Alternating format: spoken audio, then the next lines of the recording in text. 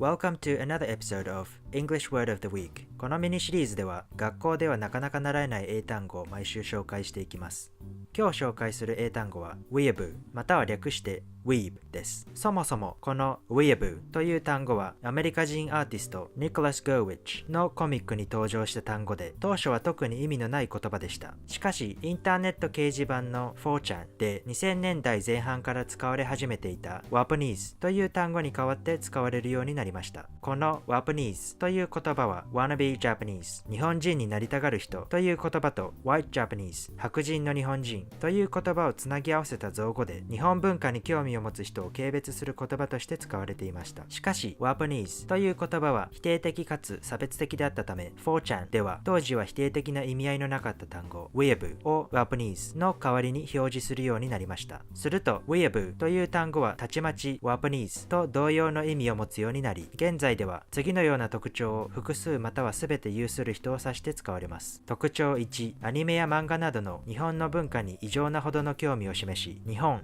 文化または日本語に関する詳細な知識を有する。しかし偏った情報源のせいでその知識は正確でない場合が多い。特徴2、日常生活の中で日本語の単語やフレーズを使ったり、アニメや漫画のキャラクターの真似をしたりする。しかし日本語の使い方が誤っている、または社会的に不適切な行動をとる場合が多い。特徴3、自分の生まれ育った文化よりも日本文化の方が優れていると信じている。ご覧の通り Weeaboo は非常に否定的な言葉です。簡潔に言うと、日本文化を誤って認識し自他の文化を軽視する人を指す言葉なのです。しかしインターネット上では上記の特徴を持たない人にまでもこの言葉が使われるようになり、単に日本や日本文化に興味があるだけで Weeaboo または略して Weeb と呼ばれることも少なくありません。実際に私もネット上で日本語について匿名でコメントを書いた際に Weeb と中傷されたことが何度もあります。この単語の定義と用法は特に難しくないので、例文を一つだけ見てみましょう。こんにちは、I am かわいいです。